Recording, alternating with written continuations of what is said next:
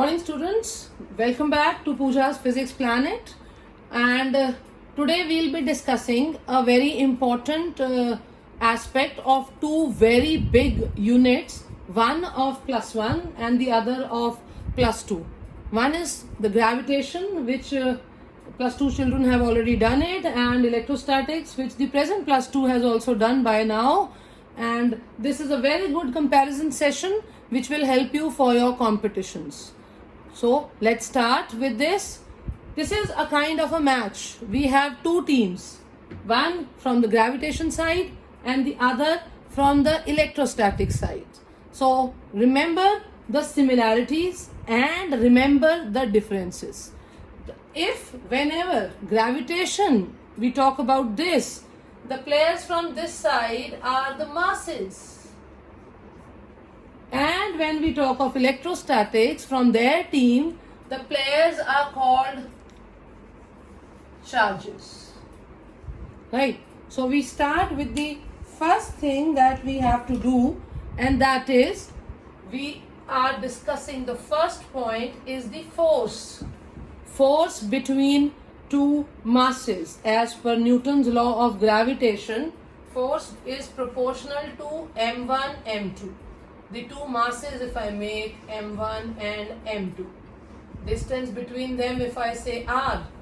So the force is proportional to 1 by r square. It is inversely proportional to the square of distance between the center of the two masses. It obeys inverse square law.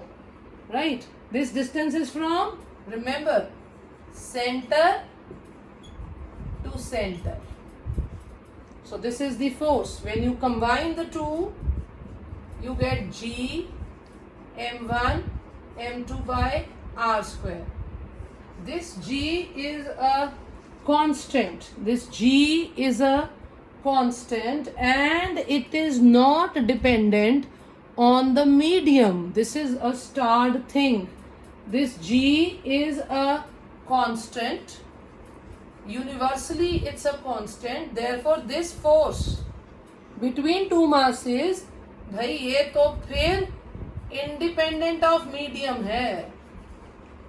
Independent of medium है. अगर वही m1 m2 है, वही उनका distance r है, तो फिर चाहे उनको पानी में रखो, चाहे उनको वैक्यूम में रखो, चाहे उनको एयर में रखो, मीडियम का रोल नहीं आता ग्रेविटेशन में. Forces g m1 m2 by r square. और सेकेंडली ये g की जो है वैल्यू, ये है कांस्टेंट पर है very small. Very small. How much is it? 6.67 10 raised to power minus 11 है सिर्फ. Right? So what about the second team? Now they are coming for the force. Let's see. For it, F is proportional to. Here the players were the masses. Here the players are the charges. They are 2-point charges. Q1, Q2. Distance between them, R if I take. So F is proportional to Q1, Q2. F is proportional inversely to the square of distance. Both obey inverse square law. Both are conservative forces. Work done due to both does not depend on path. ये basic बातें हैं जो इनकी similarity है. तो यहाँ force आ गई K Q1 Q2 by r square. Here K is a constant for a given medium. It changes with medium. So F is dependent on medium. यहाँ force does not depend on medium. वहाँ force depends on medium. और ये K क्या है? K is 1 by 4 pi epsilon naught, or it is 1 by 4 pi epsilon medium. Not means vacuum की absolute permittivity, M means medium की absolute permittivity. तो भैया जितनी फोर्स Q1 Q2 की हवा में है उतनी पानी में नहीं होगी, right? So these are the comparisons between the forces. Now, the next thing which is in this is that this force is always attractive. Why is it always attractive? Because masses are only of one kind. Masses are only positive. तो एक ही तरह की force होगी, कुछ भी कर लो. Gravitational force always attractive. हाँ, charges are of two types. They can be positive, they can be negative. So the two charges can be like or unlike. So this force can be attractive or it can be repulsive, right? Both are conservative, both obey inverse square law. Next thing, match की second round में we are comparing their fields.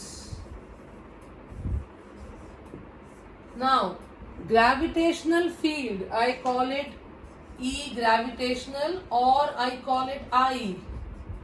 Gravitational field is the force experienced per unit mass.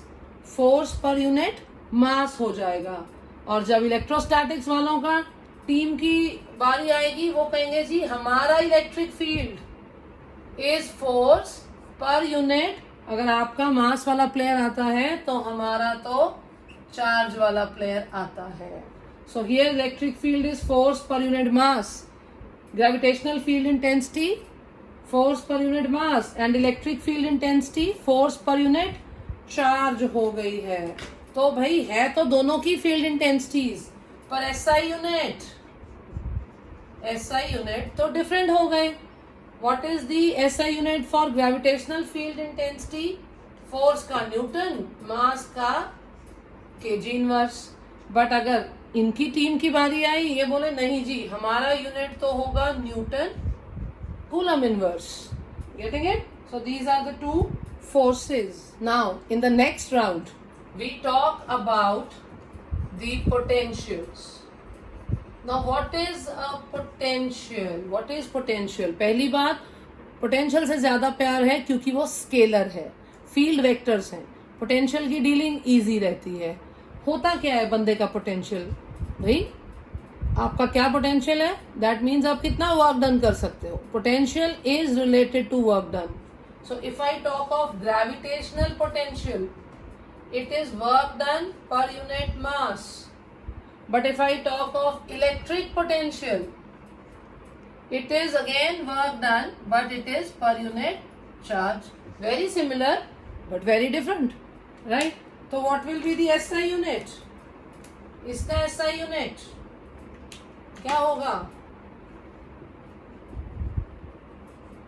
इसका ऐसा unit होगा, work का हो गया joule, मास का हो गया केजी इनवर्स. इसमें वर्क का हो गया जूल और चार्ज का हो गया कूलम इनवर्स. और इन भाई साहब का तो एक स्पेशल नेम है which you call as volt. Electric potential in volt है. दोनों ही वर्क डन के रिश्तेदारी. पोटेंशियल इज ऑलवेज अ रिश्तेदार ऑफ वर्क. आपका कितना पोटेंशियल है मीन्स आप लाइफ में कितना काम कर सकते हो. So gravitational potential is work done per unit mass and electric potential is work done per unit charge. Now next we talk about potentials in detail. तो हमारे सिलेबस में +1 में और +2 में बहुत सारे पोटेंशियल्स आएंगे. थर्ड का फर्स्ट पार्ट पॉइंट मास है. अगर सोर्स मास है पॉइंट और यहाँ भी कोई सोर्स चार्ज है जो पॉइंट चार्ज है, तो फिर उसका ग्रेविटेशनल पोटेंशियल आएगा -g. अगर पॉइंट मास m लिया है आपने, यहाँ पॉइंट चार्ज q है, आपका सोर्स है जिसकी वजह से पोटेंशियल है. So gravitational potential is -gm/r. g source mass by distance. I am repeating, g source mass by distance. Negative sign is because the force is always attractive. Here electric potential is K. वही जब जब इधर G आएगा तब तब उधर K. मास आएगा तो इधर Q आएगा upon R. Now this can be positive, this can be negative depending on the charges. This is due to a point mass. Secondly, if you think about due to a charged ring, due to a charged, no, why not charged? Due to a ring of mass m, due to a charged ring of mass m, radius r है आपके पास, एक ring है जिसका बस मास है m और radius है r, और यहां पर due to a charge ring having, क्या होगा चार्ज रिंग के पास? Charge q and radius r, right? Charge q, radius r. This is charge mass m and radius r. इन दोनों का potential कितना होगा? So continuing with this ring, suppose you have a ring, mass m, radius r. On the axis at any distance x you have point P, right? So the potential will be minus gm over under root r square plus x square. This is point P on the axis at a distance x from the origin or the center of the ring. Here also you have a charged ring, maybe positively charged or negatively charged. Charge q, center O, radius r, and you have point P at a distance x. Similar situation.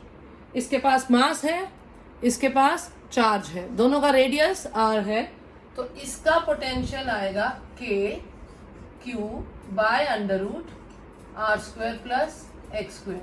Look at the similarities, match बिल्कुल बराबर है. जो team ये करती है almost वही ये करती है. बहुत ज्यादा सिमिलैरिटीज हैं दोनों में. I hope you are getting this point. So if you know gravitation, electrostatics is half done. If you know electrostatics, gravitation is half done. So for your need, for your JEE, please consider them as one and learn them together. Right? Next now, when you have a hollow sphere, the fourth part is you have a hollow sphere of radius r, mass m. तो क्या होगा? If you have a hollow sphere of radius r, mass m, तीन cases, उसके you will have three cases. What are the three cases? Number one, outside point, outside point, outside point at a distance small r. Point is outside the sphere, hollow sphere or shell. The potential will be outside, will be minus gm by r, the outside point. Similarly, if you have a hollow sphere having charge q and radius r, तो उसका भी first part है outside point. तो उसके भी बाहर वाला point देख लीजिए, आउटसाइड पॉइंट है, same at a distance r, outside point है, तो उसका पोटेंशियल हो जाएगा k source by that r. See the similarity दोनों टीम्स में. अगर वो अपना एक फॉर्मूला देती है, वो टीम भी अपना फॉर्मूला देती है. मैच हमेशा बराबर रहता है इनमें. Getting it? Now you have the outside point. Next, for the hollow sphere, we are talking about the hollow sphere. We have three cases: outside point, on the surface, and inside point. Now, after the outside points, if you have the point on the surface of the sphere, hollow sphere है, उसके surface पर है, तो potential हो जाएगा gm by उसका अपना radius r. Similarly यहां पर भी v सरफेस हो जाएगा k q over r. Right now inside, if you go inside the hollow sphere, if you go inside the hollow sphere, then for the hollow sphere the potential will be same as on the surface. ये याद रखने वाली बात है. Inside the potential is same as it is on the surface. And on the other side, वो वाली team भी same ही खेलती है. वो भी कहती है inside potential is same as it is on the surface. Remember this. Inside the hollow sphere, the potential is same as it is on the surface. Why am I emphasizing on this point? Because बेटा अगर आप fields पढ़ोगे तो hollow sphere के अंदर field नहीं होता, hollow spheres के अंदर चार्ज नहीं होता, फील्ड नहीं होता, बट पोटेंशियल होता है. Right. So this was for the hollow sphere. Next round is for the solid spheres. Solid sphere. Here it is for solid non-conducting sphere. Non-conducting जरूरी है भाई. अगर कंडक्टिंग हुआ तो फिर तो सारा चार्ज सरफेस पर है. अगर सॉलिड कंडक्टिंग स्फीयर लोगे वो तो शेल ही हो जाएगा, क्योंकि charge does not reside inside. तो सॉलिड स्फीयर में भी 3 cases.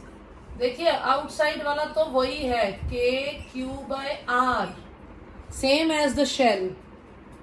We outside, I am so sorry, it is G M by R and here it is K Q by R, same as the hollow one.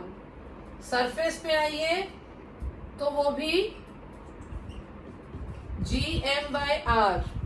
यहां भी surface पर क्या होगा, के Q by radius. But the difference is when you move inside, when you move inside. देखिए ये तो बड़ा कॉमन है, हॉलो के लिए भी यही आता है, सॉलिड के लिए भी यही आता है, सरफेस पर बस रेडियस आता है, पॉइंट सरफेस के लिए भी यही आता है. तो ये एक जनरल फॉर्मूला है. जो नया है या जो डिफरेंट है, जिस पे थोड़ा याद रख के जाना पड़ेगा एग्जाम में, वो है इनसाइड द हॉलो और inside the solid sphere. Hollow के अंदर भी इजी है, सरफेस इतना ही होता है. सॉलिड के अंदर वाले पे मैं स्टार लगा रही हूं, इसको आपने याद करना है. अंदर अंदर कितना होगा, minus G M by 2r cube, where r is the radius, right, into 3r square minus your r square. r is the distance from the center. देखिए ये अगर सरफेस पे ये सेंटर है और ये पॉइंट P लेते हो तो ये डिस्टेंस r लिया है. This distance from O to P. Total radius capital R है. Small r is the distance from the center for inside. Here also V inside will be how much? Here also V inside will be K Q. देखिए math चल रहा है, G आएगा तो Q आएगा, मास आएगा, G आएगा तो K आएगा, मास आएगा तो Q आएगा, over 2r cube 3r square minus r square आ गया. अब यहां से एक और बहुत इंपॉर्टेंट रिजल्ट बनता है, वेरी इंपॉर्टेंट रिजल्ट, वो है V एट सेंटर. तो भैया अगर ये पॉइंट P अंदर आते आते सेंटर पर ही आ गया तो स्मॉल r 0. स्मॉल r अगर 0 हो जाएगा तो please remember at the centre it is -3/2 gm/r. और यहां भी potential at the centre of a solid sphere will be 3/2 K Q/R. Getting it? This is for the center. And the last point which I would always like to emphasize is that at infinity क्या होगा? At infinity potential हमेशा 0 होता है, चाहे वो gravitational हो चाहे वो इलेक्ट्रोस्टैटिक्स हो. Right. Thanks for watching this video. This will be very helpful for those who are appearing for your competition exams this year. And for the +2 people who are sitting at home, you have enough time to revise. So compare your gravitation with electrostatics. That's all for the day. Many more to come. Till then, enjoy physics, love physics, live physics.